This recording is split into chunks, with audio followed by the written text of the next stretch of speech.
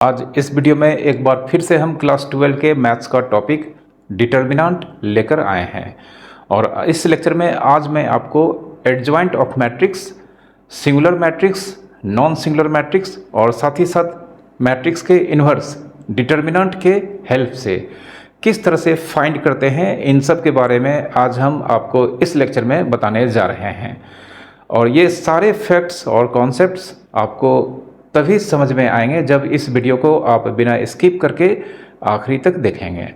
तो स्वागत है आपका हमारे इस एजुकेशनल प्लेटफॉर्म पर। आइए शुरू करते हैं आज का एक और डिटर्मिनेंट्स का प्यारा सा बहुत ही इम्पॉर्टेंट लेक्चर। सबसे पहले आपको एडजॉइंट ऑफ स्क्वायर मैट्रिक्स यह बताने वाले हैं, ठीक है। Adjoint of A square matrix,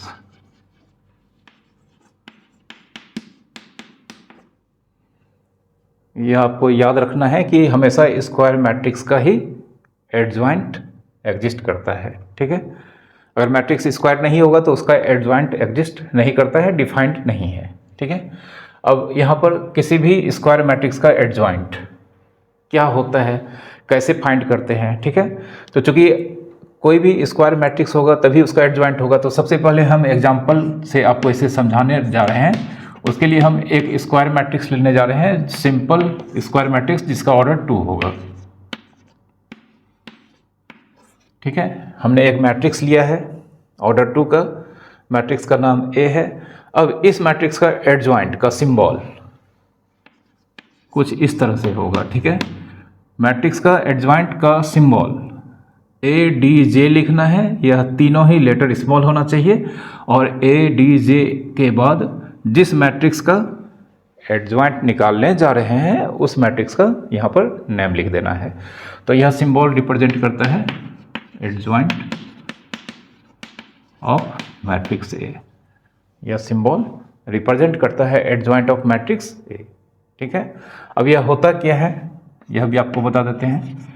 adjoint of matrix A equals to capital A I J का ट्रांसपोज, ठीक है। मतलब एडजॉइंट ऑफ मैट्रिक्स ए, एक मैट्रिक्स कुछ इस तरह से होगा, उसका ट्रांसपोज। अब इस मैट्रिक्स के अंदर यह ए आई जे क्या है, यहाँ पर ए आई जे यह कोफैक्टर को रिप्रेजेंट करता है, cofactor of element A I जे।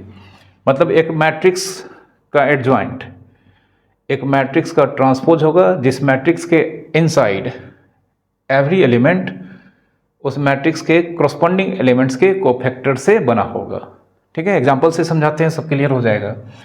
तो यहाँ पर अभी इस मैट्रिक्स का एडजॉइंट निकालने के लिए, जैसा कि डेफिनेशन से ही यहाँ पर मालूम है कि यह किसी मैट्रिक्स का ट्रांसपोज होता है, तो उस मैट्रिक्स के वैल्यू को हमें यहाँ पर फाइंड करना होगा। और ये इस मैट्रिक्स में जो एलिमेंट होगा वह मैट्रिक्स के इनसाइड एवरी एलिमेंट के कोफैक्टर के वैल्यू से बना होगा। तो यहाँ पर एवरी एलिमेंट का हम यहाँ पर कोफैक्टर्स का वैल्यू फाइंड करेंगे, ठीक है। तो बेसिकली कोफैक्टर्स मैट्रिक्स के एलिमेंट का नहीं निकलता है, डिटर्मिनेंट उस मैट्रिक्स के करस्पॉन्डिंग डिटर्मिनेंट्स के एलिमेंट का निकलता है। हमने कोफैक्टर्स और माइनर्स के बारे में अपने प्रीवियस लेक्चर्स में अच्छे से एक्सप्लेन करके बताया है। तो अगर आप इसके बारे में नहीं जानते हैं तो सबसे पहले आप कोफैक्टर्स और माइनर्स से रिलेटेड हमारे लेक्चर्स को देख लें, तब इन सब बातों को आप अच्छे से समझ पाएंगे, ठीक है।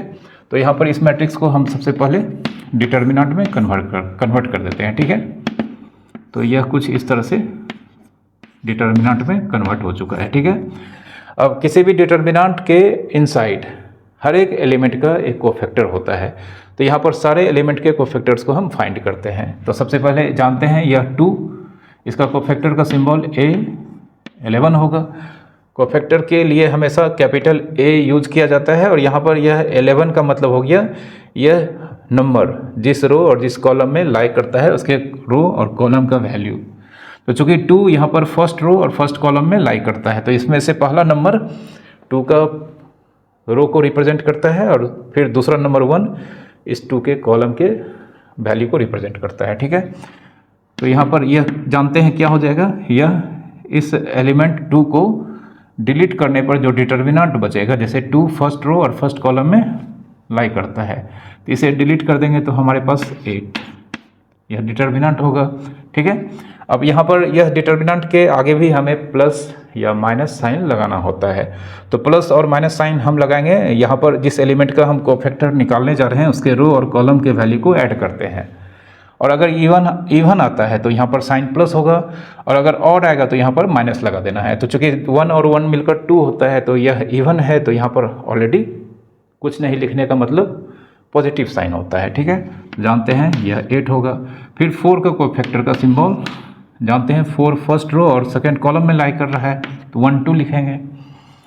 और 1 और 2 सबसे पहले यह अब क्या करेंगे, यहाँ पर 4 जिस रो में और जिस कॉलम में लाई करता है उसे डिलीट करते हैं, तो ये फर्स्ट रो और सेकेंड कॉलम में लाई करता है। इसको डिलीट करने पे 6 और 2 पैरेलल लाइन मतलब डिटर्मिनेंट होगा। ठीक है, और 1 और 2 मिलकर कितना होता है, 3 होता है, ऑड है। तो यहाँ पर साइन माइनस लगाएंगे तो इस तरह से यहाँ पर -6। फिर इस 6 का कोफैक्टर जानते हैं, यह सेकेंड रो फर्स्ट कॉलम में है तो इसका कोफैक्टर का सिंबल 1 2 1 होगा। यह रो और यह कॉलम को डिलीट करने पे हमारे पास यहाँ पर क्या बचेगा, 4 बचेगा और 2 पैरेलल लाइन। और लेकिन 2 और 1 मिलकर 3 होता है जो कि ऑड है, तो यहाँ पर माइनस लगाना है, तो अल्टीमेटली यहाँ पर -4। ठीक है, इस एलिमेंट का कोफैक्टर -4 होगा। अब 8 का कोफैक्टर जानते हैं, यह रो इसका 2 है, कॉलम भी 2 है, तो इसका कोफैक्टर का सिंबल 22 होगा। फिर यह जिस रो और जिस कॉलम में लाई करता है उसे हम यहाँ पर डिलीट करने जा रहे हैं, तो यह सेकेंड रो और सेकेंड कॉलम अगर डिलीट कर देते हैं तो यहाँ पर हमारे पास 2 बचा होगा। और 2 और 2 4 होता है, तो इसलिए कुछ आगे में नहीं लिखेंगे, मतलब अंडरस्टूड है, यहाँ पर प्लस होगा।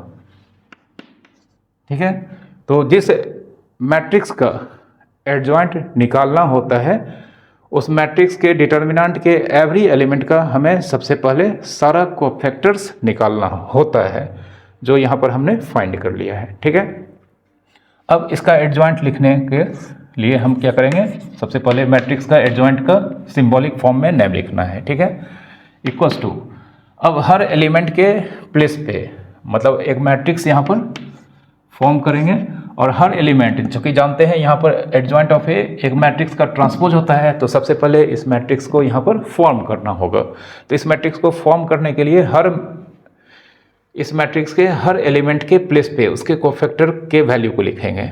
तो 2 का कोफैक्टर हम निकाल चुके हैं, 8 होगा, तो 2 जिस पोजीशन पे है वहाँ पर 8 लिखेंगे। 4 का कोफैक्टर का वैल्यू -6, फिर 6 का कोफैक्टर का वैल्यू -4 और 8 का कोफैक्टर का वैल्यू 2। ठीक है, तो सबसे पहले इस तरह से लिख लेना है, लेकिन यह जो मैट्रिक्स बनेगा उसका ट्रांसपोज करना है, तो इसके ऊपर हम डैश या टी लिखते हैं। जानते हैं अगर यहाँ इसके ऊपर टी या डैश अगर लिखते हैं तो इस मैट्रिक्स का हमें ट्रांसपोज की वैल्यू फाइंड करनी होती है। अब इसका ट्रांसपोज जानते हैं, बहुत ही ईजी है, जो फर्स्ट रो में होता है उसे फर्स्ट कॉलम में लिखना होता है, तो 8 -6, फिर जो सेकेंड रो में होता है उसे सेकेंड कॉलम में लिखेंगे। ठीक है, तो यहाँ पर एडजॉइंट ऑफ मैट्रिक्स ए का यह वैल्यू हमारे सामने है। ठीक है, तो इसी तरह से किसी भी स्क्वायर मैट्रिक्स का एडजॉइंट फाइंड किया जाता है। ठीक है, तो यह ऑर्डर 2 का मैट्रिक्स का एडजॉइंट हमने आपको निकाल करके दिखाया है। अब हम एक स्क्वायर मैट्रिक्स लेंगे जिसका ऑर्डर 3 होगा, और उसके एडजॉइंट के वैल्यू को हम यहाँ पर एक बार फिर से फाइंड करने जा रहे हैं।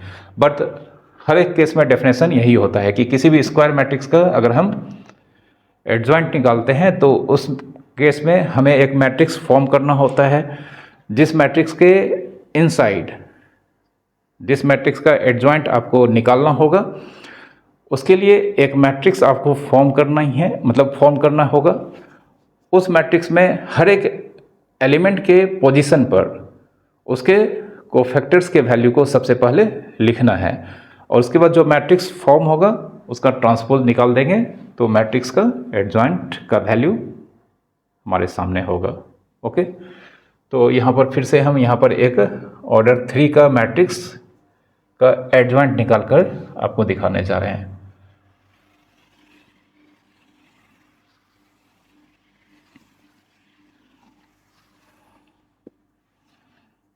लेट इस पर मैट्रिक्स का नाम हम चेंज करके बी लिख रहे हैं, ठीक है। 2 1 6 1 4 1 3 -2 और 5, ठीक है। मैट्रिक्स भी स्क्वायर मैट्रिक्स है।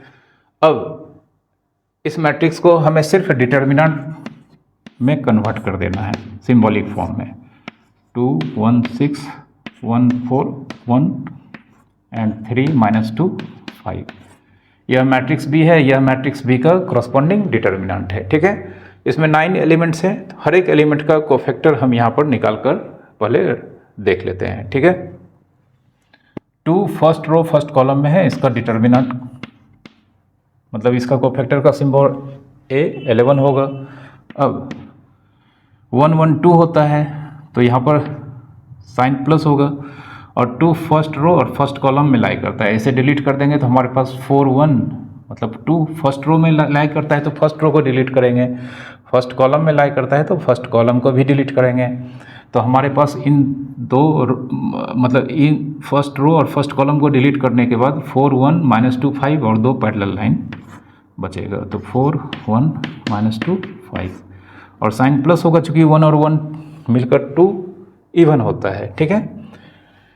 इसे हम एक्सपेंड करके वैल्यू निकाल लेते हैं। 4 × 5 20 -2 × 1 -2 22 होगा, ठीक है। फिर 1 का कोफैक्टर निकालते हैं तो 1 यहाँ पर फर्स्ट रो और सेकेंड कॉलम में लाई करता है। इसका कोफैक्टर का सिंबल यहाँ पर क्या हो जाएगा, ए। 1 का रो का वैल्यू फर्स्ट मतलब 1 और कॉलम का वैल्यू सेकेंड मतलब 2, तो A1 2 होगा। अब 1 और 2 मिलकर 3 होता है तो ऑड है, तो यहाँ पर सबसे पहले हम माइनस लिख देते हैं। फिर यह फर्स्ट रो और सेकेंड कॉलम में लाई करता है तो फर्स्ट रो और सेकेंड कॉलम को डिलीट करेंगे तो हमारे पास 1 1 3 5 होगा। 1 1 3 5 तो -1 × 5 5 और 3 × 1 3 -2, ठीक है। फिर 6 का cofactor first row third column में लाई करता है तो इसका कोफैक्टर का सिंबल क्या हो जाएगा हमारे पास, इसका कोफैक्टर का सिंबल यहाँ पर लिखते हैं A13 और 1 3 मिलकर 4 हो जाता है जो कि इवन है तो साइन प्लस होगा। तो अब यहाँ डिटर्मिनेंट जानते हैं, फर्स्ट रो और थर्ड कॉलम को डिलीट करेंगे तो 1 4 3 -2 1 4 3 -2 यहाँ पर यह हो जाएगा -1 × 2 -2 4 × 3 12 मतलब -14, ठीक है।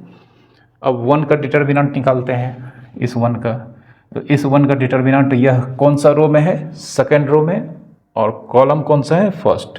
तो इसका कोफैक्टर का सिंबल हो जाएगा 8 2 1 2 और 1 मिलकर 3 होता है तो यहाँ पर साइन माइनस होगा, ठीक है। तो अब हम इस तरह से नहीं लिखेंगे, इसी में हम डिटर्मिनेंट का वैल्यू फाइंड कर लेंगे, ब्रैकेट यूज़ करेंगे सिर्फ, ठीक है। तो सबसे पहले यहाँ पर 8 2 1 इसका जो डिटर्मिनेंट होगा उसके आगे माइनस लगाना होगा क्योंकि यहाँ पर 2 और 1 मिलकर 3 हो रहा है जो कि ऑड है, ठीक है। तो अब यहाँ पर इसका डिटर्मिनेंट हम इसी के अंदर निकाल लेंगे, इस तरह का सिंबल लिखकर हम अपने टाइम को यहाँ पर ज़्यादा लंबा नहीं करना चाहते हैं, ठीक है। तो यह सेकेंड रो और फर्स्ट कॉलम मतलब बीच वाला गायब हो जाएगा और फर्स्ट वाला गायब हो जाएगा तो बचेगा यहाँ पर 1 6 -2 5। तो 1 का मल्टीप्लिकेशन 5 से होगा 5, ठीक है, -2 का 6 से होगा तो -12, ठीक है। तो यह दोनों प्लस हो जाएगा तो 5 + 12 17 और आगे माइनस तो -17, ठीक है, समझ रहे हैं आप। फिर 4 सेकेंड रो सेकेंड कॉलम, इसका कोफैक्टर का सिंबल A22 और 2 और 2 4 होता है तो यहाँ पर डिटर्मिनेंट का साइन प्लस होगा। अब यह सेकेंड रो और सेकेंड कॉलम में लाई कर रहा है तो मतलब बीच वाला हॉरिजॉन्टली और बीच वाला वर्टिकली गायब हो जाएगा तो हमारे पास बचेगा 2 3 और 6 5। तो 2 का 5 के साथ प्रोडक्ट 10 होगा और 3 का 6 के साथ 18, तो जानते हैं आंसर क्या हो जाएगा -8, ठीक है। फिर यह एलिमेंट सेकेंड रो और थर्ड कॉलम में लाई कर रहा है तो A2 3 2 और 3 मिलकर कितना हो रहा है 5, ऑड है तो यहाँ पर साइन माइनस होगा। तो हम जानते हैं यह सेकेंड रो और थर्ड कॉलम, सेकेंड रो और थर्ड कॉलम को अगर हम डिलीट कर देते हैं तो यहाँ पर 2 1 और 3 -2, तो 2 -2 से मल्टीप्लाई होकर कितना हो जाएगा -4, और 3 1 से मल्टीप्लाई होकर कितना हो जाएगा 3। ठीक है, तो यहाँ पर हम देख सकते हैं -4 -3 -7, बाहर में माइनस है तो यह क्या हो जाएगा 7। ओके, अब बाकी 3 एलिमेंट के कोफैक्टर्स हम यहाँ लिखने जा रहे हैं। ठीक है, एडजॉइंट निकालने में आपको अगर ऑर्डर 3 का मैट्रिक्स है तो उसमें आपको थोड़ा सा टाइम कंज्यूम करना होगा और सावधानी भी बरतनी होगी, क्योंकि ये सब करने में काफ़ी कैलकुलेशन करना होता है। कहीं पर भी एक जगह अगर आपने मिस्टेक कर दिया तो फिर आपके सारे वैल्यूज़ रॉन्ग हो जाएंगे। ठीक है, तो इसमें आप थोड़ा सा टाइम देंगे और बाकी यह प्रैक्टिस का चीज़ है।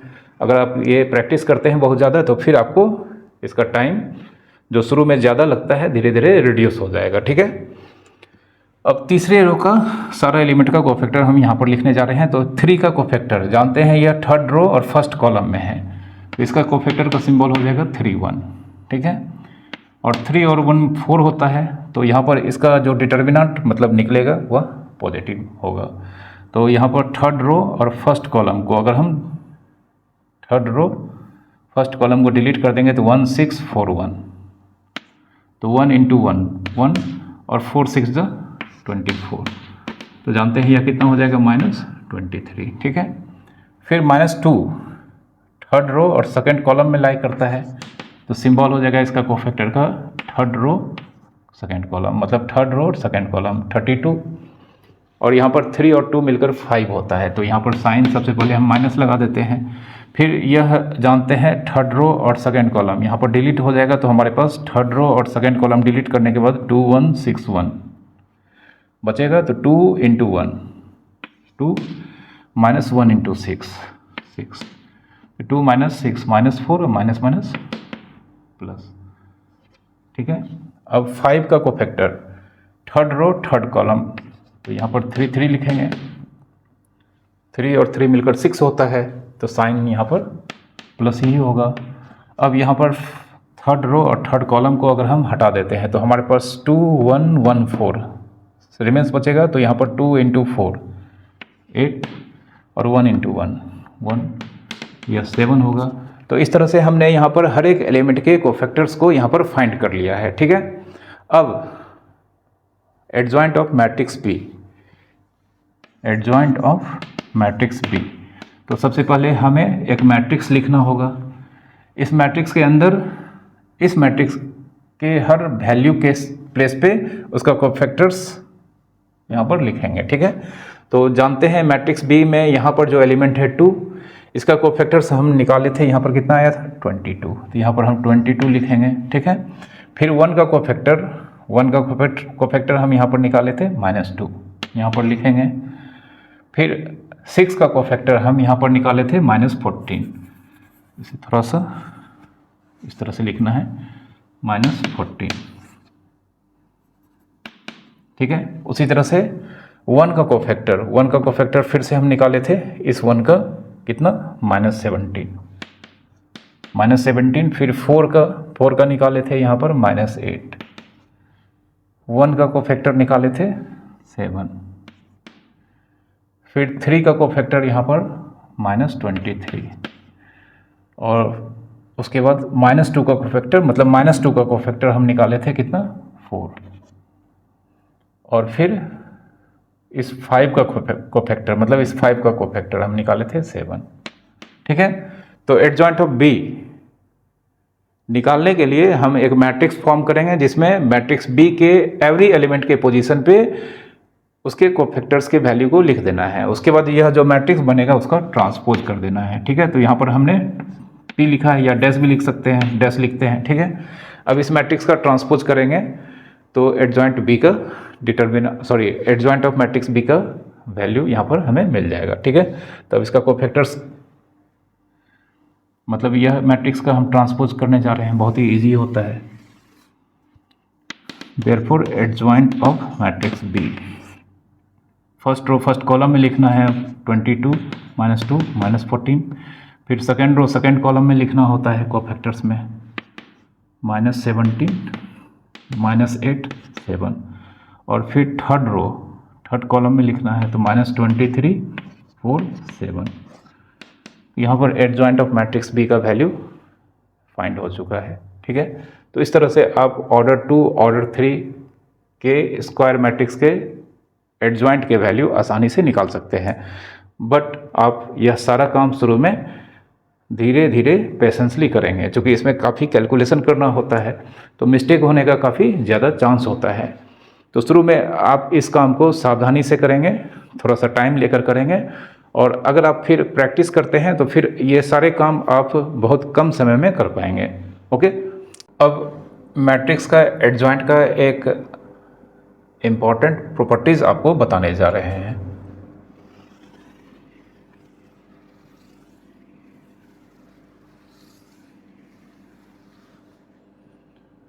प्रॉपर्टी दिया है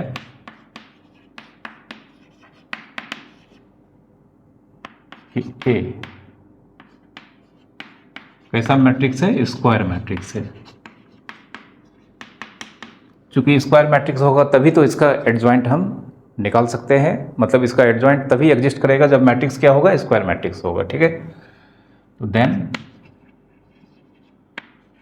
ए into adjoint of matrix A या adjoint of matrix A into A. ठीक है, matrix A into adjoint of matrix A ये निकालें, या adjoint of matrix A into matrix A का प्रोडक्ट निकालें। आंसर होता है determinant of matrix A into identity matrix. ठीक है, मतलब मैट्रिक्स फर्स्ट मैट्रिक्स ए है और इसको हम मल्टीप्लाई करने जा रहे हैं इसी मैट्रिक्स के एडजॉइंट से। आंसर मैट्रिक्स ए का डिटर्मिनेंट इंटू आइडेंटिटी मैट्रिक्स होगा, और यह कम्यूटेटिव होता है, मतलब यहाँ पर A into adjoint of matrix A निकालें या adjoint of matrix A into matrix A का प्रोडक्ट निकालें, आंसर सेम होगा। जनरली मैट्रिक्स का प्रोडक्ट कम्यूटेटिव नहीं होता है, मैंने आपको मैट्रिक्स के प्रोडक्ट्स के प्रॉपर्टीज़ में ये सब बताया है। ठीक है, लेकिन यहाँ पर इस केस में मैट्रिक्स ए और इसके एडजॉइंट का प्रोडक्ट निकालें, मतलब फर्स्ट मैट्रिक्स ए है और दूसरा मैट्रिक्स एडजॉइंट ऑफ ए है, और या first matrix adjoint of matrix ए है और दूसरा मैट्रिक्स मैट्रिक्स ए है। दोनों ही केस में इन दोनों मैट्रिक्स के product determinant of matrix A into identity matrix के इक्वल्स होगा। यहाँ पर यह आइडेंटिटी मैट्रिक्स है, आई क्या है? आइडेंटिटी मैट्रिक्स, आइडेंटिटी मैट्रिक्स, और इस आइडेंटिटी मैट्रिक्स का ऑर्डर जो मैट्रिक्स ए का ऑर्डर है उसी के इक्वल होगा, तो इसे हम लिख देते हैं ऑफ ऑर्डर ऑफ मैट्रिक्स ए, मतलब मैट्रिक्स ए का जो ऑर्डर है वही ऑर्डर इस आइडेंटिटी मैट्रिक्स का होगा। ठीक है, इस चीज़ को हम आपको एक एग्जांपल से प्रूफ करके बता देते हैं। ठीक है, तो इसके लिए हम एक मैट्रिक्स लेते हैं ऑर्डर 3 का, और ऑर्डर 3 का मैट्रिक्स हम लेंगे, बट हम इसके इनसाइड एलिमेंटल फॉर्म में, सिंबॉलिक फॉर्म में एलिमेंट लिखेंगे। तो जैसे A11 A12 A13 A21 A22 A23 A31 A32 A33। ठीक है, यह हमने एक स्क्वायर मैट्रिक्स लिया है ऑर्डर 3 का, और ये पर्टिकुलर मैट्रिक्स हमने इसलिए नहीं लिया है, मतलब पर्टिकुलर मैट्रिक्स के अंदर यहाँ पर जानते हैं कोई भी नंबर हो सकता था, तो हमने उस नंबर के बदले यहाँ पर सिर्फ एलिमेंट के पोजीशन के अकॉर्डिंगली, उसके एलिमेंटल पोजीशन के सिंबल के फॉर्म में इस मैट्रिक्स को लिया है। ठीक है, अब एडजॉइंट ऑफ मैट्रिक्स ए जानते हैं, जो फर्स्ट रो में एलिमेंट है उसके एलिमेंट के पोजीशन पे हमें कोफैक्टर्स को लिखना होता है, तो इसका कोफैक्टर्स का सिंबल क्या हो जाएगा? कैपिटल A11, इसका कैपिटल A12 और इसका कैपिटल A13। उसी तरह से रेस्ट का हम लिख देते हैं यहाँ पर 21 22 23। ठीक है, और यहाँ पर इन तीनों का 31 32 और 33। ठीक है, ये सब होगा, लेकिन ये सब फिर मतलब एडजॉइंट ऑफ मैट्रिक्स ए सिर्फ इसी को लिखने से नहीं होगा, इसका ट्रांसपोज भी करना होगा। ठीक है, तो ये इस मैट्रिक्स मतलब एक मैट्रिक्स फॉर्म करेंगे जिसमें हर मैट्रिक्स ए के एलिमेंट्स के पोजीशन पर उसके कोफैक्टर्स के वैल्यू को लिखना है। मैट्रिक्स फॉर्म हो जाने के बाद उसका ट्रांसपोज करेंगे तभी एडजॉइंट ए मिलेगा। तो यहाँ पर adjoint of matrix A first row first column में लिखना होगा 11 12 13 21 22 23 और उसके बाद 31 32 33। ठीक है, हमने लिख दिया है। अब a इंटू एडजॉइंट ए, इसकी वैल्यू फाइंड करते हैं। तो now a into adjoint of matrix ए। तो सबसे पहले मैट्रिक्स ए का वैल्यू को हम यहाँ पर लिखते हैं, यह A11 A12 A13 A21 A22 A23 A31 A32 A33। उसके बाद हम इसके एडजॉइंट ए के वैल्यू को इसके साइड में लिखते हैं। तो A11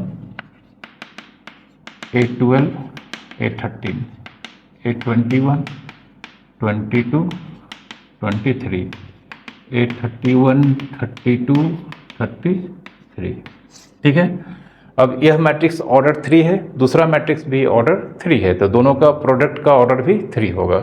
इन दोनों के प्रोडक्ट के वैल्यू को निकालते हैं। तो A11 इंटू A11, ठीक है, इसे हम लिखेंगे A11 into A11 plus A12 into A12 A12 into A12 A13 into A13 A13 into A13। ठीक है, तो गौर से आप देखें, यहाँ पर यह फर्स्ट रो का एलिमेंट है और यह फर्स्ट रो के एलिमेंट का कोफैक्टर्स है।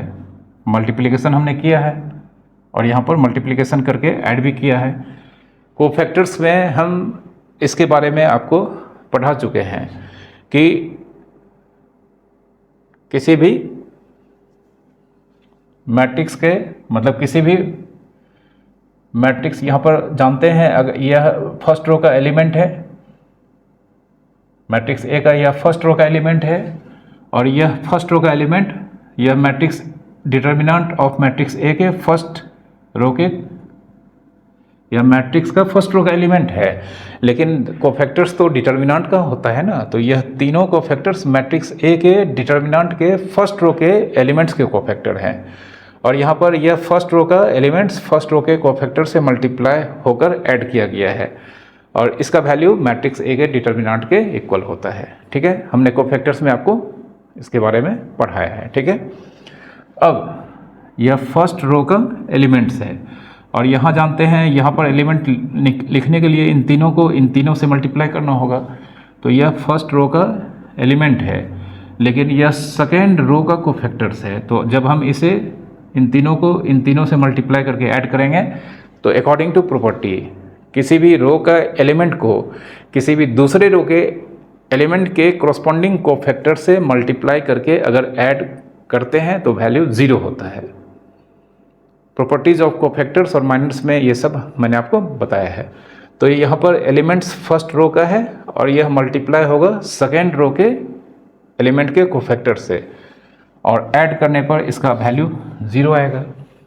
ठीक है, उसी तरह से फिर यह फर्स्ट रो का एलिमेंट है और यह इस थर्ड रो के एलिमेंट्स के कोफैक्टर से मल्टीप्लाई होकर ऐड करना है तो वैल्यू क्या हो जाएगा, 0 हो जाएगा। ठीक है, अब यह सेकेंड रो का एलिमेंट है और यह फर्स्ट रो का कोफैक्टर से मल्टीप्लाई करके ऐड करने पे आंसर 0 होगा। ठीक है, और यहाँ पर इसे लिखना होगा, आप जानते हैं यह सेकेंड रो का एलिमेंट्स है और यह सेकेंड रो का कोफैक्टर्स है, मल्टीप्लाई करके ऐड करने पे वैल्यू मैट्रिक्स ए के डिटर्मिनेंट्स के बराबर होगा। तो इसे हम लिख देते हैं A21 प्लस A22 A23 और A23। बाद में इसको मैट्रिक्स ए का डिटर्मिनेंट लिखेंगे। फिर से यह सेकेंड रो का एलिमेंट्स है और इसे मल्टीप्लाई होना है थर्ड रो के एलिमेंट के कोफैक्टर से, तो वैल्यू 0 होगा। फिर थर्ड रो का एलिमेंट फर्स्ट रो के एलिमेंट के कोफैक्टर से मल्टीप्लाई होगा, वैल्यू 0 होगा। थर्ड रो का एलिमेंट सेकेंड रो के एलिमेंट्स के कोफैक्टर से मल्टीप्लाई होकर ऐड होगा तो वैल्यू 0 होगा।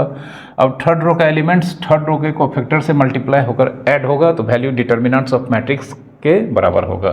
तो इसे लिख देते हैं यहाँ पर A31 प्लस A32 और प्लस A33 इंटू A33। ठीक है। अब हम इसे लिखने जा रहे हैं, इसको यहाँ पर इसको मिटा देते हैं। तो इसका वैल्यू क्या हो जाएगा, मैट्रिक्स ए का डिटर्मिनेंट, तो therefore A into adjoint of, इसको हम लिख सकते हैं डिटर्मिनेंट ऑफ मैट्रिक्स ए, बाकी दो एलिमेंट 0 0, फिर इसको 0 लिखेंगे और बीच वाले को क्या लिखेंगे, मैट्रिक्स ए का डिटर्मिनेंट 0 0 0, मैट्रिक्स ए का डिटर्मिनेंट। ठीक है। अब हम देख सकते हैं यहाँ पर इस मैट्रिक्स से हम कॉमन निकाल सकते हैं डिटर्मिनेंट ऑफ मैट्रिक्स ए। तो जब हम डिटर्मिनेंट ऑफ मैट्रिक्स ए, जो कि एक नंबर होता है, कॉमन निकाल लेंगे तो हमारे पास कुछ इस तरह का मैट्रिक्स बचेगा। ऑफ कोर्स यह मैट्रिक्स आइडेंटिटी मैट्रिक्स को रिप्रेजेंट करता है। ठीक है। तो इसे हम लिखेंगे determinant of matrix A into I, और यही रिजल्ट यहाँ पर इसके थ्योरम में या प्रॉपर्टीज में कहा गया है। ठीक है। तो A into adjoint of matrix A की value determinant of matrix A into identity matrix होती है। और अगर हम इसे कम्यूटेटिव की तरह देखेंगे तो A into adjoint of matrix A निकालें या adjoint of A into matrix A निकालें, दोनों ही केस में आंसर सेम होता है, इक्वल होता है। और आंसर भी किसके इक्वल होता है, determinant of matrix A into identity matrix. ठीक है। ये बात आपको आज से याद रखना है। ठीक है। अब मैं आपको सिंगुलर मैट्रिक्स के बारे में बताने जा रहा हूँ।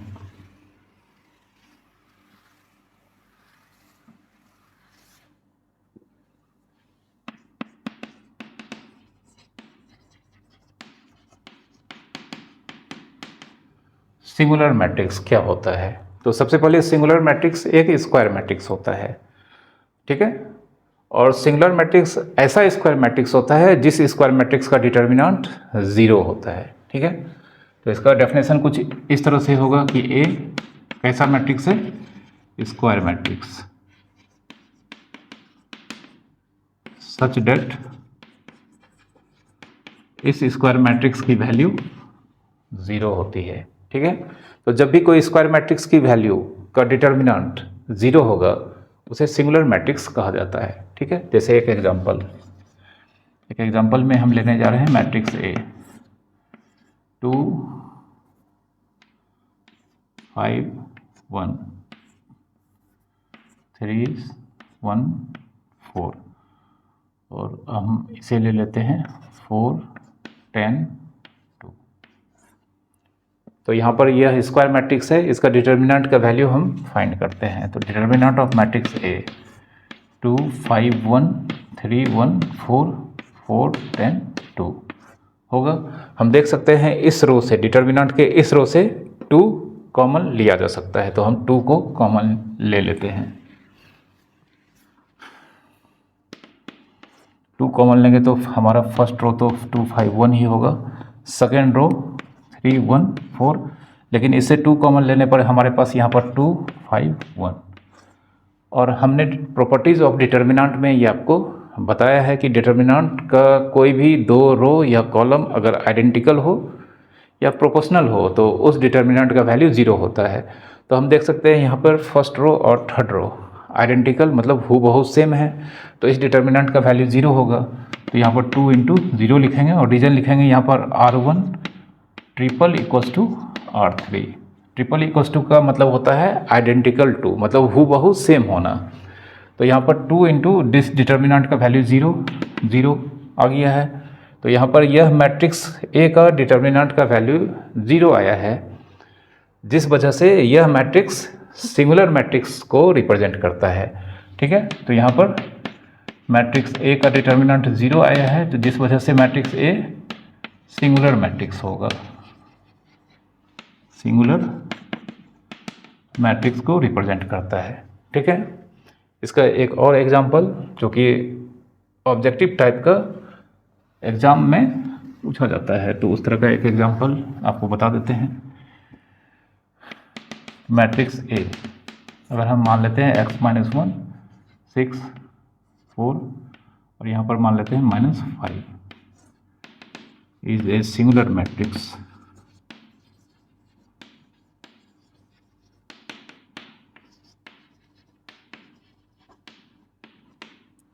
मैट्रिक्स ए दिया गया है, सिंगुलर मैट्रिक्स है, तो हमें x की वैल्यू फाइंड करनी है। तो बहुत सिंपल क्वेश्चन है। मैट्रिक्स सिंगुलर मैट्रिक्स है तो इसलिए इस मैट्रिक्स का डिटर्मिनेंट का वैल्यू 0 ही होना होगा। तो कहने का मतलब देयरफॉर मैट्रिक्स ए का डिटर्मिनेंट का सिंबल, मतलब यह मैट्रिक्स अब डिटर्मिनेंट में अगर हम कन्वर्ट कर देंगे तो इसे कुछ इस तरह से लिखा जाएगा। ठीक है, यह मैट्रिक्स है और यह मैट्रिक्स का डिटर्मिनेंट है और इस डिटर्मिनेंट का वैल्यू यहाँ पर 0 है। अब इसको एक्सपेंड करते हैं, मतलब इसके ऑर्डर 2 हैं, तो ऑर्डर 2 का डिटर्मिनेंट का वैल्यू हम जानते हैं, कैसे निकालते हैं। x-1 -5 के साथ और 4 6 के साथ 0 होगा। तो यहाँ पर इसे दूसरी ओर भेजते हैं और यहाँ पर क्या हो जाएगा, -5 इंटू एक्स -5x -5 इंटू -1 +5 और यहाँ पर 4 6 24 माइनस है, दूसरी ओर जाने पर क्या हो जाएगा, प्लस हो जाएगा। ठीक है, तो -5x 24 -5 तो x इक्वल्स टू 24 - 5 19 और -5 को दूसरी ओर भेजेंगे तो /5 मतलब -19/5। ठीक है, तो यह मैट्रिक्स स्क्वायर मैट्रिक्स होगा, तब x की वैल्यू -19/5 होगी। ठीक है, यह सिंगुलर मैट्रिक्स का डेफिनेशन था और इससे रिलेटेड एक एग्जांपल था। अब एक नॉन सिंगुलर मैट्रिक्स भी होता है। तो नॉन सिंगुलर मैट्रिक्स क्या होता है इसको भी बता देते हैं आपको।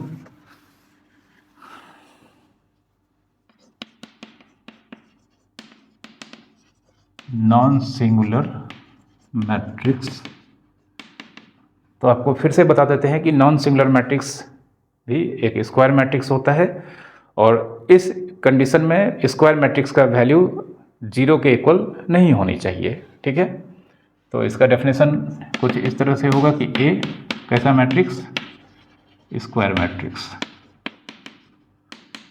ठीक है, नॉन सिंगुलर मैट्रिक्स में अगर मान लेते हैं मैट्रिक्स ए है तो सबसे पहले इसे स्क्वायर मैट्रिक्स होना होगा। बी भी होगा मैट्रिक्स तो उसे भी स्क्वायर मैट्रिक्स होना होगा, मतलब कोई भी मैट्रिक्स होगा नॉन सिंगुलर तो सबसे पहले उसे स्क्वायर मैट्रिक्स होना होगा।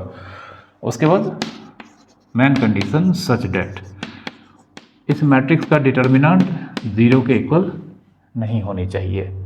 ठीक है, तो जब ऐसा होता है तो मैट्रिक्स क्या कहलाता है, नॉन सिंगुलर मैट्रिक्स कहलाता है। ठीक है, जैसे एक एग्जांपल यहाँ पर अगर हम मान लेते हैं मैट्रिक्स ए 6 5 2 8, तो हमारे सामने यह स्क्वायर मैट्रिक्स है। इसके डिटर्मिनेंट के वैल्यू को अगर हम निकालेंगे तो 6 2 5 8 6 8 जा कितना हो जाएगा 48 -10 जो 38 होता है और 38 जानते हैं 0 के इक्वल नहीं है। तो इस वजह से यहाँ पर यह मैट्रिक्स जो हमने इस एग्जांपल में लिया है यह नॉन सिंगुलर मैट्रिक्स को रिप्रेजेंट करता है। तो यहाँ पर ए कैसा मैट्रिक्स है, non singular matrix, non singular matrix. ठीक है, तो सिंगुलर मैट्रिक्स और नॉन सिंगुलर मैट्रिक्स के मीनिंग आप समझ चुके होंगे। इसके भी एक क्वेश्चन हम आपको बता देते हैं। जैसे क्वेश्चन है if matrix A 5 3 - x 2 -1 is a non singular matrix then find x। तो मैट्रिक्स ए अगर नॉन सिंगुलर मैट्रिक्स है तो हमें x की वैल्यू फाइंड करनी है। बहुत इजी है, सॉल्व करते हैं इसको।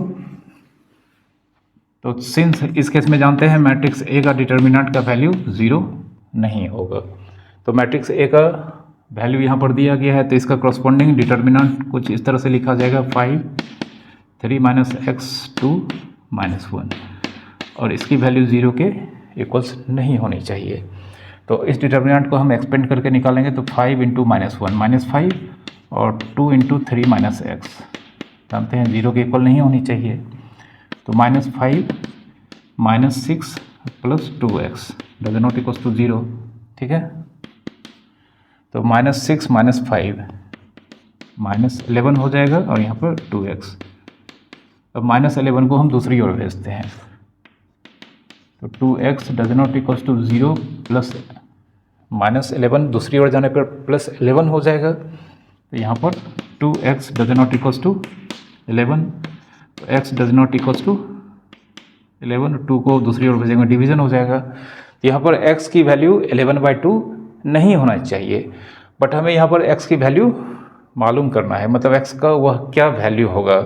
लेकिन आंसर में तो यह x का जो वैल्यू मिला है या कहा गया कि x की वैल्यू 11/2 नहीं होनी चाहिए। तो यहाँ पर therefore possible value of x, possible values of x, real number जानते हैं 11/2 नहीं होना चाहिए। तो मतलब 11/2 को छोड़कर बाकी सारे रियल नंबर्स यहाँ पर इसके आंसर होंगे। जो नंबर नहीं होगा, जो जिस नंबर पे ऑब्जेक्शन है, अगर हम यह नंबर लेंगे तो यह मैट्रिक्स नॉन सिंगुलर मैट्रिक्स नहीं हो पाएगा। तो इस नंबर को छोड़ना होगा हमें। तो हम अपने आंसर में सिर्फ और सिर्फ रियल नंबर को कंसीडर करते हैं। तो रियल नंबर में सिर्फ हमें 11/2 को छोड़कर बाकी सारे नंबर को हम ले सकते हैं। और इस केस में जितने भी मैट्रिक्स होंगे वो सारे के सारे नॉन सिंगुलर होंगे। तो इसको आंसर को हम लिखते हैं रियल नंबर का सेट R से डिनोट किया जाता है और माइनस एक सेट जिसमें 11/2 होगा, ठीक है। तो इसमें जानते हैं यहाँ पर x के इन्फिनाइट नंबर ऑफ वैल्यूज होंगे। तो यहाँ पर दो सेट का डिफरेंस है, मतलब पहला सेट रियल नंबर है, दूसरा सेट में 11/2 है। दो सेट का डिफरेंस में जानते हैं जो एलिमेंट होता है वह फर्स्ट सेट का एलिमेंट होता है, इसमें से दूसरे सेट के एलिमेंट को बाहर किया जाता है। तो यहाँ पर सारा का सारा जो एलिमेंट्स होगा, जो x का पॉसिबल वैल्यूज होगा वह रियल नंबर का होगा, जिसमें से बाद वाले सेट का 11/2 को बाहर किया गया है, ठीक है। यह इसका आंसर होगा, ओके। अब नॉन सिंगुलर मैट्रिक्स से रिलेटेड एक प्रॉपर्टीज है जिसको हम बिना प्रूफ करके, मतलब जिसका मतलब जो मतलब प्रॉपर्टीज है वो आपको याद रखना है। प्रॉपर्टीज क्या है? प्रॉपर्टीज है if A and B are two non singular matrix of same order, ठीक है। ए और बी दो नॉन सिंगुलर मैट्रिक्स है same order, then A B and B A are also non singular matrix. ये आपको याद रखना है, ठीक है। इसका प्रूफ हम यहाँ पर नहीं देने जा रहे हैं, बट आपको याद रखना है कि दो मैट्रिक्स हैं ए और बी, दोनों ही मैट्रिक्स, मतलब दोनों के दोनों ही मैट्रिक्स नॉन सिंगुलर मैट्रिक्स हैं। तो इन दोनों का प्रोडक्ट किसी भी ऑर्डर में हम निकालेंगे, आंसर भी नॉन सिंगुलर मैट्रिक्स होगा, ठीक है। ये आपको याद रखना है कि दो नॉन सिंगुलर मैट्रिक्स अगर सेम ऑर्डर के हैं तो उनके प्रोडक्ट चाहे हम किसी भी ऑर्डर में निकालें हमेशा नॉन सिंगुलर मैट्रिक्स होंगे, ओके। अब मैट्रिक्स के प्रोडक्ट से रिलेटेड डिटर्मिनेंट का एक बहुत ही बेहतरीन प्रॉपर्टीज़ यहाँ पर आपको बताने जा रहे हैं, जिसके अभी बहुत सारे यूजेस और आगे भी इसके बहुत सारे यूजेस हम आपको करके बताएंगे। तो प्रॉपर्टीज़ क्या है? If A and B are two square matrix of same order.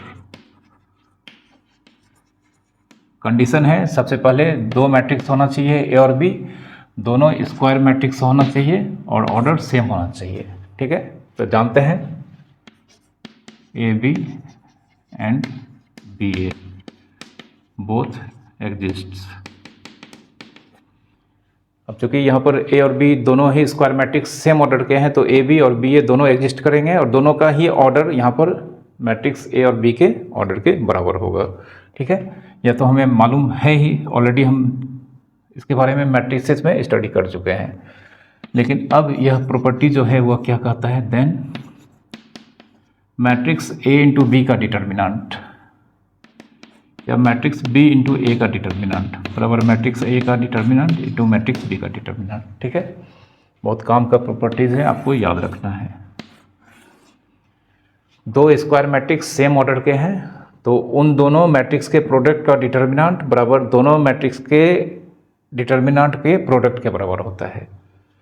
Matrix A and B के प्रोडक्ट का determinant equals to matrix A का डिटर्मिनेंट इंटू मैट्रिक्स बी का डिटर्मिनेंट, या मैट्रिक्स बी इंटू ए का determinant equals to matrix A का determinant into matrix B के determinants के equal होता है। ठीक है, बहुत इजी है, हम आपको यहाँ पर वेरीफाई करके दिखा देते हैं। इसे वेरीफाई करने के लिए हम दो मैट्रिक्स लेते हैं सिंपल ऑर्डर 2 का 2 4 1 3। दूसरा मैट्रिक्स हम लेने जा रहे हैं 1 2 2 और 3। ठीक है, तो सबसे पहले मैट्रिक्स ए का डिटर्मिनेंट हम फाइंड कर लेते हैं। मैट्रिक्स ए का डिटर्मिनेंट 2 1 4 3 कितना हो जाएगा, 2 3 6 -4 2। फिर मैट्रिक्स बी का डिटर्मिनेंट हम फाइंड कर लेते हैं। मैट्रिक्स बी का डिटर्मिनेंट 1 2 2 3 यह कितना हो जाएगा, यह हो जाएगा 1 × 3 3 -4 -1। ठीक है, मैट्रिक्स ए का डिटर्मिनेंट और मैट्रिक्स बी का डिटर्मिनेंट यह हमने यहाँ पर फाइंड करके निकाल लिया है। अब ए इंटू बी इस मैट्रिक्स को निकालेंगे। ए इंटू बी, तो पहले मैट्रिक्स ए का वैल्यू लिखते हैं 2 4 1 3 और बाद में मैट्रिक्स बी का वैल्यू 1 2 2 3 1 2 2 3 मल्टीप्लाई करते हैं। 2 1 = 2 प्लस 4 2 = 8, फिर 2 2 = 4 और 4 3 = 12। 1 × 1 1 होगा और 3 2 = 6 होगा। ठीक है, फिर 1 × 2 यहाँ पर 2 होगा और 3 × 3 9 होगा।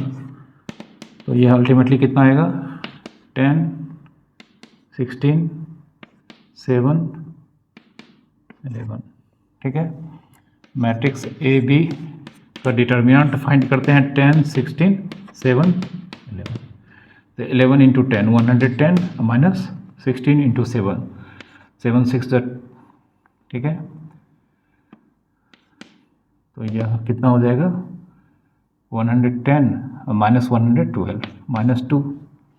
और यहाँ पर हम देख सकते हैं matrix A into matrix B का डिटर्मिनेंट का प्रोडक्ट 2 × -1 2 × -1 -2।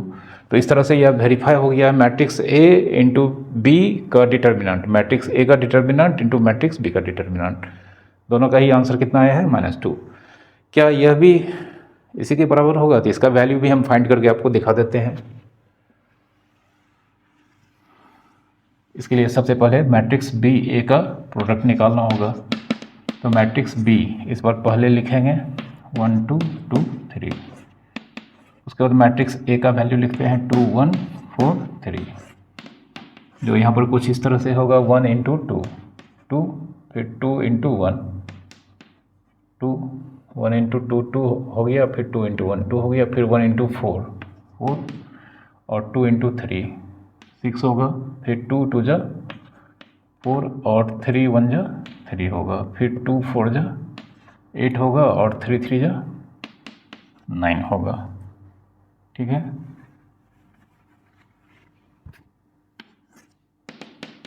तो यहाँ पर 2 2 4 होगा, 3 4 7 होगा, 6 और 4 मिलकर 10 होगा और 8 और 9 मिलकर 17 होगा। ठीक है, यह मैट्रिक्स बी ए का वैल्यू आया है। अब इसका डिटर्मिनेंट को हम फाइंड करते हैं। तो मैट्रिक्स बी ए का डिटर्मिनेंट मतलब 4 7 10 7 17, सॉरी यह 17 है, तो 4 × 17 68 और यहाँ पर 10 × 7 70 -2। देख सकते हैं यहाँ पर matrix A into matrix B का डिटर्मिनेंट का वैल्यू -2 आया है। तो यह प्रॉपर्टी आपको अब से याद रखना है। ठीक है, और यह प्रॉपर्टी मात्र तभी वैल्यू होगा जब मैट्रिक्स ए और मैट्रिक्स बी दोनों ही स्क्वायर मैट्रिक्स हो और सेम ऑर्डर के हों। तो कंडीशन के साथ यह प्रॉपर्टीज़ बताया गया है, आपको याद रखना है और कंडीशंस के साथ ही याद रखना है। किसी भी मैट्रिक्स के लिए यह हम नहीं लिख सकते हैं। ऑलवेज यह प्रॉपर्टीज़ तभी वैलिड होगा जब दोनों ही मैट्रिक्स सेम ऑर्डर के हों और दोनों ही स्क्वायर मैट्रिक्स हों। ओके, यहाँ पर और भी कुछ प्रॉपर्टीज़ आपको बताने जा रहे हैं, ठीक है।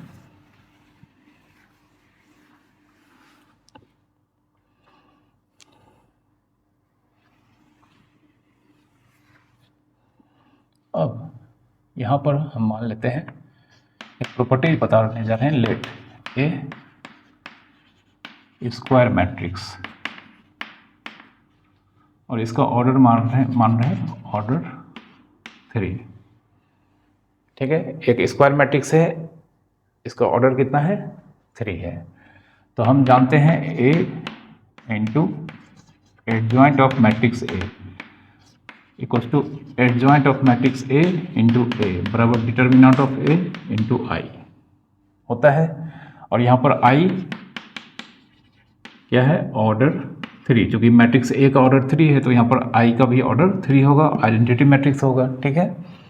और अभी अभी हमने आपको पढ़ाया है कि मैट्रिक्स ए इंटू बी का डिटर्मिनेंट या मैट्रिक्स बी इंटू ए का determinant equals to matrix A का डिटर्मिनेंट इंटू मैट्रिक्स बी का डिटर्मिनेंट। यह अभी अभी हमने आपको बताया है। इस फैक्ट्स को हम यहाँ पर लगाएंगे। तो since A into adjoint of matrix B बराबर कितना होता है, determinant of matrix A into आई।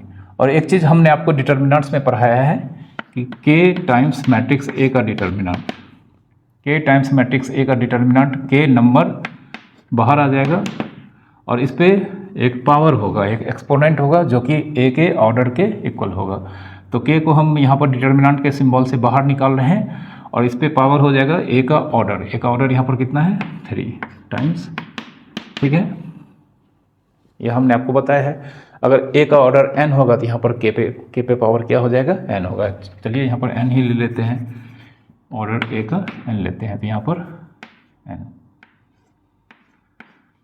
ठीक है। इस प्रॉपर्टी को हम डिटर्मिनेंट्स में, प्रॉपर्टीज ऑफ डिटर्मिनेंट्स के अंडर आपको बता चुके हैं प्रीवियस लेक्चर में। अगर आप नहीं जानते हैं तो हमारे प्रॉपर्टीज ऑफ डिटर्मिनेंट्स के जो प्रीवियस लेक्चर्स हैं उसमें आप इन सब के बारे में देख सकते हैं प्रूफ के साथ, ठीक है। अब a into adjoint of matrix A equals to determinant of matrix A into I होता है। तो हम क्या करेंगे, अब यहाँ पर a into adjoint of matrix A का डिटर्मिनेंट इक्वल्स टू, दोनों साइड हमने डिटर्मिनेंट्स को लगा दिया है। हम जानते हैं इस प्रॉपर्टी को फॉलो करके हम इसे determinant of matrix A into determinant of matrix B के फॉर्म में कुछ इस तरह से लिखेंगे, determinant of matrix A into adjoint of matrix A. अब डिटर्मिनेंट ऑफ मैट्रिक्स ए यह नंबर होता है, तो नंबर इंटू मैट्रिक्स का डिटर्मिनेंट, नंबर बाहर आ जाएगा। तो यहाँ पर ए का डिटर्मिनेंट एक नंबर होता है, यह बाहर आ जाएगा। और यहाँ पर आई जो ए का ऑर्डर है, तो आई का ऑर्डर भी क्या होगा, यहाँ पर ए स्क्वायर मैट्रिक्स ऑफ ऑर्डर, यहाँ पर n लिख देते हैं, सॉरी, ए स्क्वायर मैट्रिक्स है, ऑर्डर n है, तो यहाँ पर आई का भी ऑर्डर n होगा। तो जब इस डिटर्मिनेंट, मतलब यह नंबर है जो मैट्रिक्स आई के साथ मल्टीप्लाई हो रखा है, और नंबर अगर हम यहाँ पर डिटर्मिनेंट के बाहर करते हैं तो इस पर इस मैट्रिक्स का जो ऑर्डर है n, इस पर पावर लगाते हैं इंटू आई का डिटर्मिनेंट, ठीक है। अब इस ए का डिटर्मिनेंट जो नंबर है उसे हम दूसरी ओर भेजते हैं, तो एडजॉइंट ऑफ मैट्रिक्स ए का डिटर्मिनेंट, ठीक है, इसे यहाँ लिखते हैं एडजॉइंट ऑफ मैट्रिक्स ए का डिटर्मिनेंट, ए का डिटर्मिनेंट पे पावर n, और आइडेंटिटी मैट्रिक्स किसी भी ऑर्डर का हो उसका डिटर्मिनेंट का वैल्यू 1 होता है। यह भी हम ऑलरेडी आपको प्रीवियस लेक्चर में बता चुके हैं कि आइडेंटिटी मैट्रिक्स का डिटर्मिनेंट का वैल्यू कितना होता है, 1 होता है, याद रखना है। और यह इनटू है, दूसरी ओर जाने पर क्या हो जाएगा, डिवीजन हो जाएगा। तो therefore adjoint of matrix A का, सॉरी यहाँ पर एडजॉइंट ऑफ मैट्रिक्स ए का determinant, adjoint of matrix A का डिटर्मिनेंट कितना होगा, यह पावर n है और यहाँ पर पावर 1 है, तो डिटर्मिनेंट ऑफ मैट्रिक्स A की पावर n-1। ठीक है, इससे बहुत सारा ऑब्जेक्टिव क्वेश्चंस आप सॉल्व कर सकते हैं। आपके बुक्स में बहुत सारे ऑब्जेक्टिव क्वेश्चन इस प्रॉपर्टीज पे बेस्ड मिलेंगे। कंपटीशन में भी इस तरह के क्वेश्चंस इस प्रॉपर्टीज से पूछे जाते हैं। यहाँ पर एक दो क्वेश्चन हम आपको बता देते हैं। जैसे मान लेते हैं मैट्रिक्स A का डिटर्मिनेंट का वैल्यू अगर हम मान लेते हैं 5 है, ठीक है, और A की ऑर्डर 3 है, तो evaluate adjoint of matrix A का डिटर्मिनेंट। ठीक है, मैट्रिक्स A का डिटर्मिनेंट का वैल्यू 5 दिया गया है, मैट्रिक्स A का ऑर्डर 3 दिया गया है, तो एडजॉइंट ऑफ मैट्रिक्स A का डिटर्मिनेंट का वैल्यू फाइंड करना है। तो since adjoint of matrix A का डिटर्मिनेंट पे पावर ऑर्डर -1, तो ऑर्डर कितना है 3 - 1, तो अब A का डिटर्मिनेंट का वैल्यू कितना है 5 और 3 - 1 कितना हो जाएगा 2, 25 आंसर होगा। ठीक है, इस केस में एडजॉइंट ऑफ मैट्रिक्स A का डिटर्मिनेंट का वैल्यू 25 होगा। ओके, अब आज के टॉपिक का सबसे इम्पॉर्टेंट फैक्ट, किसी भी स्क्वायर मैट्रिक्स जो कि इन्वर्टिबल है उसका इन्वर्स किस तरह से फाइंड करेंगे, तो उसके लिए यहाँ पर हम एक फार्मूला डिराइव करने जा रहे हैं।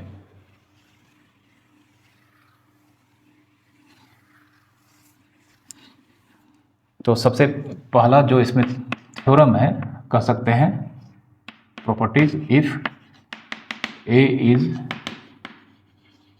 इन्वर्टिबल मैट्रिक्स then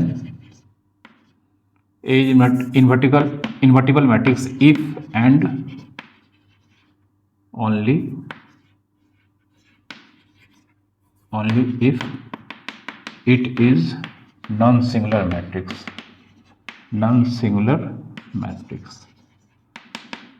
ठीक है, बहुत ही इंपॉर्टेंट प्रॉपर्टी है कि बोलता है कि कोई भी मैट्रिक्स अगर इन्वर्टिबल है तो वह तभी इन्वर्टिबल हो पाएगा जब, मतलब A अगर इन्वर्टिबल मैट्रिक्स है तो यह तभी होगा, इफ़ एंड ओनली इफ वह तभी होगा जब मैट्रिक्स नॉन सिंगुलर होगा। ठीक है, तो लेट नहीं, यहाँ पर दिया गया है मैट्रिक्स का नाम A, तो सिंस A कैसा मैट्रिक्स है इन्वर्टिबल मैट्रिक्स है, जानते हैं A इन्वर्स एग्जिस्ट करेगा। A अगर इन्वर्टिबल मैट्रिक्स है तो A का इन्वर्स एग्जिस्ट करेगा। ठीक है, एंड उसके बाद हम लोग जानते हैं कि A इंटू A का इन्वर्स और A का इन्वर्स इंटू A कितना होता है I होता है। ठीक है, तो A इंटू A का इन्वर्स या A इन्वर्स का प्रोडक्ट A के साथ आइडेंटिटी मैट्रिक्स के बराबर होता है। ठीक है, तो अब यहाँ पर हम A into A inverse equals to I इसको यूज़ करने जा रहे हैं। ठीक है, दोनों ही, और हम यहाँ पर क्या करते हैं डिटर्मिनेंट को लगा देते हैं। तो A इंटू A इन्वर्स का determinant equals to identity matrix के डिटर्मिनेंट्स के इक्वल होगा। ठीक है, अब इसको हम लिख सकते हैं A का डिटर्मिनेंट इंटू A का इन्वर्स का डिटर्मिनेंट, और आइडेंटिटी मैट्रिक्स का डिटर्मिनेंट कितना होगा 1। अब यहाँ पर दो नंबर का प्रोडक्ट 1 है, तो हम जानते हैं यहाँ पर A 0 तो हो नहीं सकता है, इसमें से कोई भी एक अगर 0 हो जाएगा तो प्रोडक्ट 1 होगा नहीं। तो दिस मतलब यहाँ पर मैट्रिक्स A का डिटर्मिनेंट इंटू मैट्रिक्स A के इन्वर्स का डिटर्मिनेंट 1 तभी होगा। This happens only when matrix A का डिटर्मिनेंट यहाँ पर कभी भी 0 नहीं हो सकता है। जानते हैं अगर मैट्रिक्स A का डिटर्मिनेंट यहाँ पर अगर 0 हो गया तो 0 इंटू समथिंग 0 आ जाएगा, 1 तो कभी आएगा ही नहीं। तो दिस हैपेंस ओनली, ठीक है, दिस हैपेंस ओनली नहीं लिखेंगे, मतलब it happens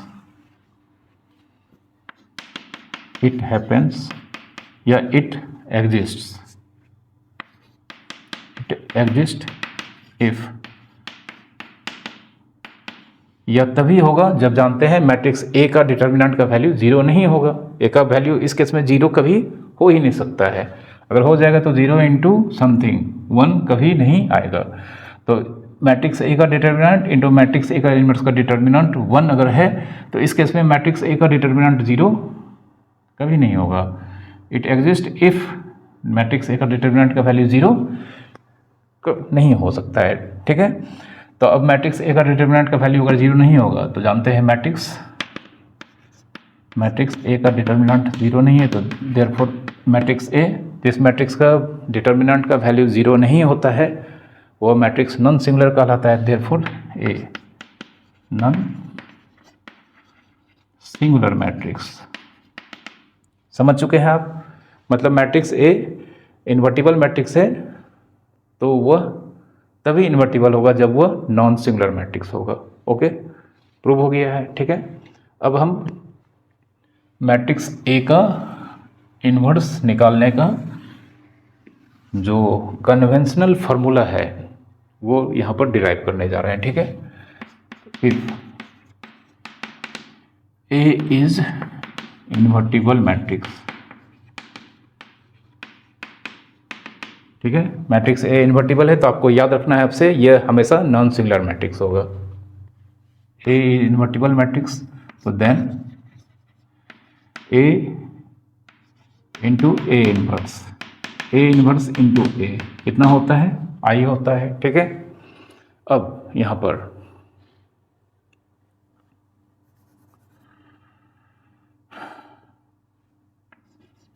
A into adjoint of matrix A and adjoint of matrix A into A, यह determinant of A into I होता है, ठीक है। Matrix A into adjoint of matrix A और adjoint of matrix A into matrix A equals to determinant of matrix A into identity matrix होता है, ठीक है। अब यहाँ पर एक चीज़ हम और करते हैं, A into adjoint of matrix A, इसको यहाँ पर जानते हैं मैट्रिक्स ए इन्वर्टिबल मैट्रिक्स है तो यहाँ पर मैट्रिक्स ए का डिटर्मिनेंट 0 कभी हो ही नहीं सकता है, ठीक है। तो हम यहाँ पर दोनों साइड में 1 बाय डिटर्मिनेंट ऑफ मैट्रिक्स ए से मल्टीप्लाई कर देते हैं, ठीक है।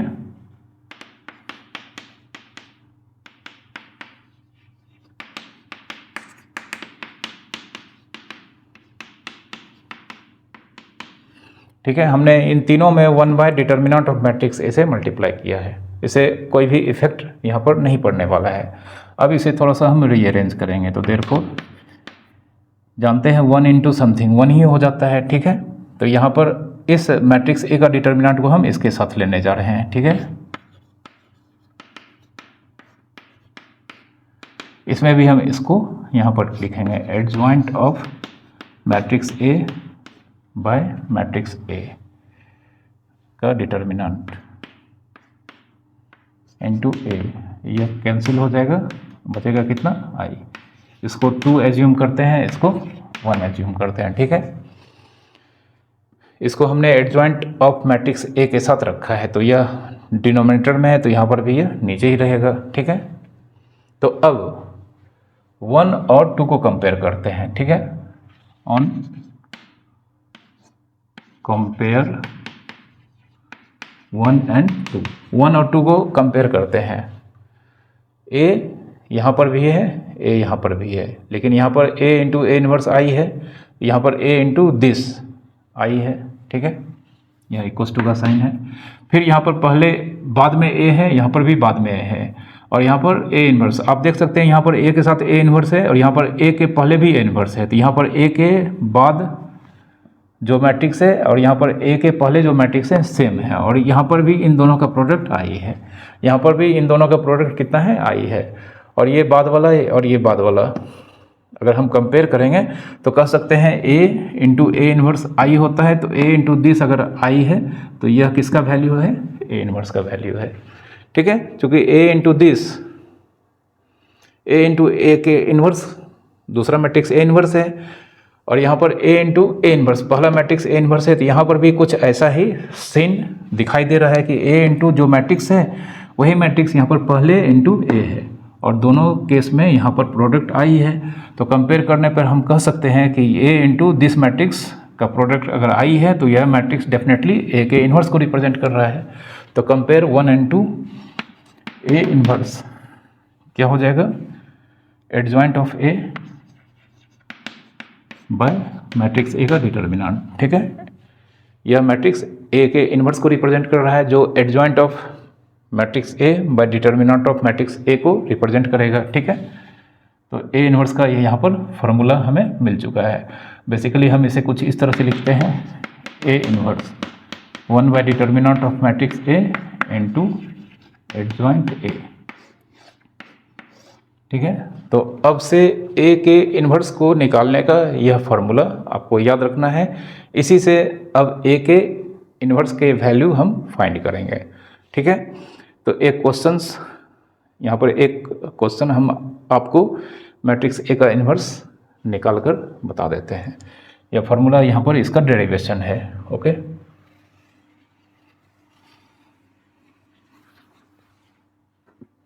क्वेश्चन है matrix A 3 4 2 1, then evaluate A inverse, ठीक है। मैट्रिक्स ए का वैल्यू दिया गया है, ए इन्वर्स एग्जिस्ट करना है, मतलब फाइंड करना है इफ इट एग्जिस्ट, ठीक है। अगर ये एग्जिस्ट करता है तो जानते हैं मैट्रिक्स ए का इन्वर्स तभी एग्जिस्ट करेगा जब वो नॉन सिंगुलर होगा, ठीक है। तो सबसे पहले यहाँ पर मैट्रिक्स ए का डिटर्मिनेंट 3 4 2 1, तो यहाँ पर 3 1 जा 3 और 2 4 जा 8 -5 जो कि 0 नहीं है। इस मैट्रिक्स का डिटर्मिनेंट का वैल्यू अगर 0 आता तो यह सिंगुलर मैट्रिक्स हो जाता, और मैट्रिक्स को इन्वर्टिबल होने के लिए नॉन सिंगुलर मैट्रिक्स होना पड़ता है। तो यहाँ पर मैट्रिक्स ए का डिटर्मिनेंट का वैल्यू 0 नहीं आया है, देयरफॉर यहाँ पर लिखेंगे ए इन्वर्स एग्जिस्ट्स, ठीक है। अब ए इन्वर्स एग्जिस्ट करेगा तो हम यहाँ पर इसके कोफैक्टर्स निकालने होंगे, चूँकि हमें यहाँ पर ए का इन्वर्स का formula 1 by determinant of matrix A into adjoint of matrix ए। तो डिटर्मिनेंट का वैल्यू तो हम फाइंड कर चुके हैं। अब एडजॉइंट ऑफ मैट्रिक्स ए का वैल्यू फाइंड करने के लिए इस मैट्रिक्स का डिटर्मिनेंट का एवरी एलिमेंट का कोफैक्टर्स यहाँ पर लिखना होगा हमें बस सबसे पहले। तो A11, ठीक है, 2 है तो यहाँ पर ये ख़त्म 1, A12 1 2 3 है, माइनस होगा तो इसका निकाल रहे हैं, तो ये ख़त्म 2, फिर A इसका 21 213 है, 213 है, माइनस होगा, इसका निकालेंगे तो ये रो और ये कॉलम चला गया तो 4, फिर इसका A22 इसका निकालेंगे, ये रो ये कॉलम ख़त्म, तो यहाँ पर कितना होगा 3, ठीक है। तो इन चारों एलिमेंट्स के कोफैक्टर्स यहाँ पर हम फाइंड कर चुके हैं। तो therefore adjoint of matrix A, her element के पोजीशन पर इसके कोफैक्टर्स के वैल्यू को लिखेंगे। तो 3 का कितना है 1 है, 4 का है -2, फिर 2 का है -4 और 1 का है 3, और इसका ट्रांसपोज भी तो करना है डैश, तो अल्टीमेटली यह हो जाएगा 1 -2 -4 3, ठीक है। एडजॉइंट ए का वैल्यू निकल चुका है। अब इन दोनों का वैल्यू, मैट्रिक्स ए का डिटर्मिनेंट का वैल्यू हमारे पास यहाँ पर है, एडजॉइंट ऑफ मैट्रिक्स ए का वैल्यू यहाँ पर है, इसको हम यहाँ पर रख देंगे, ए का इन्वर्स का आंसर आ जाएगा, ठीक है। तो इसका आंसर हम लिखते हैं यहाँ पर, therefore A inverse 1 by determinant of matrix A into adjoint of matrix ए। तो 1 by determinant of matrix A, determinant of matrix A की वैल्यू -5 इंटू एडजॉइंट ए, यहाँ पर हमारे पास है 1 -4 -2 3, ठीक है। हम इसे बाहर में भी छोड़ सकते हैं, हमारी मर्जी है, या इसे अंदर ले जाएंगे तो क्या हो जाएगा 1 इंटू -1/5 -1/5, फिर -1/5 इंटू 4 तो यह 4/5 होगा, फिर -1/5 इंटू -2 तो यह 2/5 होगा, और फिर -1/5 इंटू 3 -3/5 ए इन्वर्स, ठीक है। तो ए इन्वर्स का यह आंसर होगा, ओके। तो इस तरह से यहाँ पर हमने ऑर्डर 2 मैट्रिक्स का इन्वर्स का वैल्यू निकाला है। ऑर्डर 3 का भी मैट्रिक्स का इन्वर्स का इसी तरह से वैल्यू निकालना है। सिर्फ एडजॉइंट को निकालने में आपको सावधानी बरतनी है और मैट्रिक्स ए का डिटर्मिनेंट का वैल्यू भी निकालने में आपको सावधानियां बरतनी होगी। ए का इन्वर्स निकालने में थोड़ा सा आपको शुरू में टाइम देना होगा, क्योंकि इसमें एडजॉइंट ऑफ मैट्रिक्स ए का वैल्यू निकालना होता है, मैट्रिक्स ए का डिटर्मिनेंट का वैल्यू निकालना होता है।